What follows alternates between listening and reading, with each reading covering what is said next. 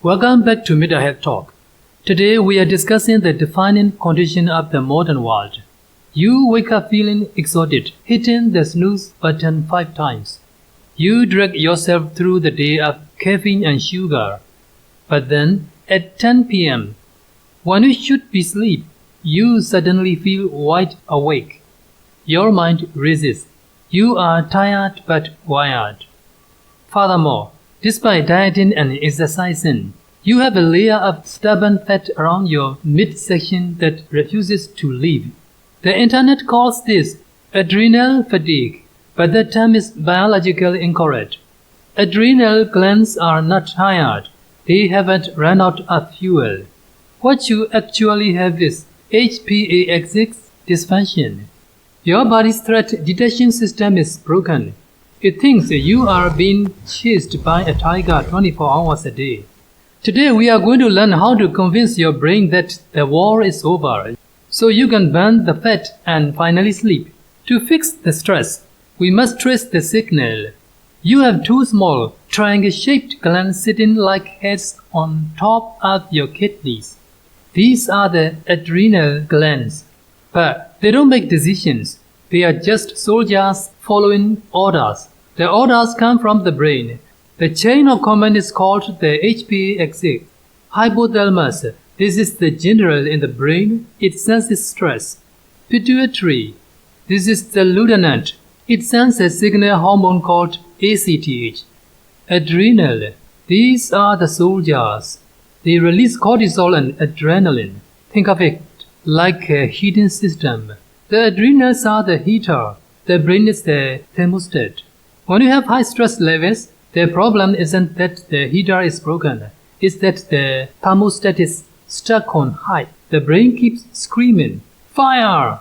even when there is only smoke. So, to fix cortisol, we don't treat the kidneys, we treat the brain. Why do doctors hate the term adrenal fatigue? Because biological tissue doesn't get tired of making hormones unless it is diseased, like in Addison's disease, which is rare. In chronic stress, your cortisol levels might actually be low, but not because the gland is empty. It is low because the brain has stopped asking for it. This is a protective mechanism called downregulation. Imagine someone shouting in your ear for days. Eventually, you go deaf to protect your hearing. Similarly, if you are stressed for years, your cells become deaf to cortisol resistance. Or your brain realizes high cortisol is destroying your body. So it intentionally shuts down the HPA axis to save you. So you don't need adrenal support to wipe the tired horse. You need safety signals to tell the brain it can relax the defense system. Why does stress make you fat specifically in the belly?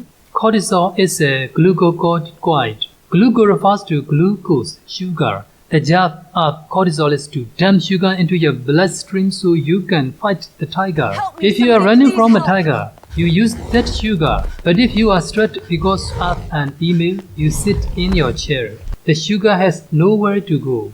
Here is the key. Your visceral fat cells, the deep fat around your organs, have 4 times more cortisol than the fat on your arms or legs.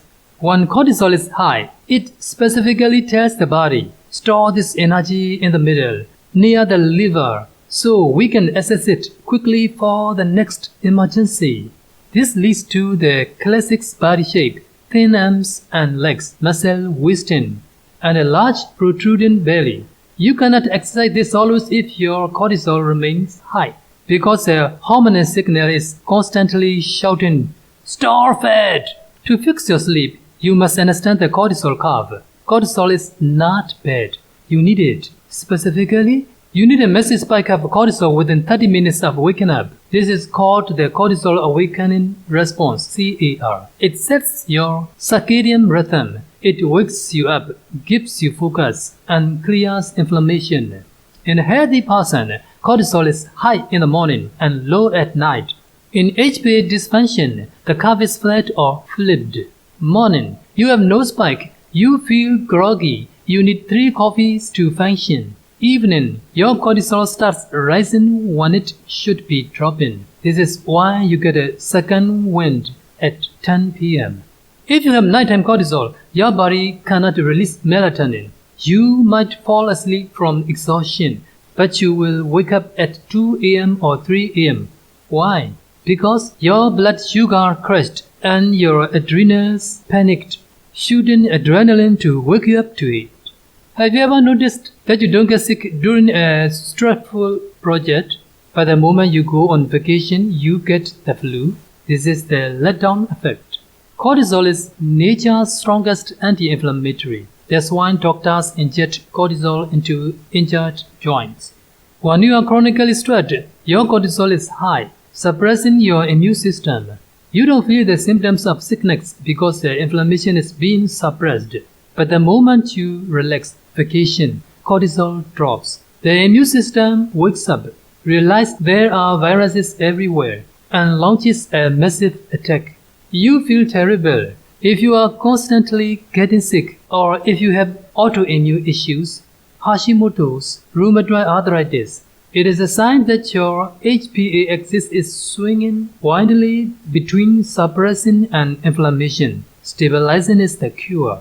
How do we fix the HPA axis? We cannot think our way out of stress. We must use biology. Protocol 1. Morning light. The anchor. You need to view sunlight outdoors, not through a window, within 30 minutes of waking up. This light hits melanopsin cells in your eyes and signals the hypothalamus. Start the timer. It forces the cortisol awakening response to happen in the morning, where it belongs. This clears out the adenosines and sets a timer for melatonin to release 16 hours later. If you miss the morning light but stare at a bright phone screen at 11 p.m., you have invited the signal. You are telling your adrenal glands that midnight is morning. Action. 10 minutes of sunlight immediately upon waking. No phone is bad. Protocol 2. The kill switch for stress. When you are stressed, you cannot tell yourself to calm down. It doesn't work. You need a mechanical switch. That switch is the Physiological Sigh. This was popularized by neuroscientist Andrew Huberman.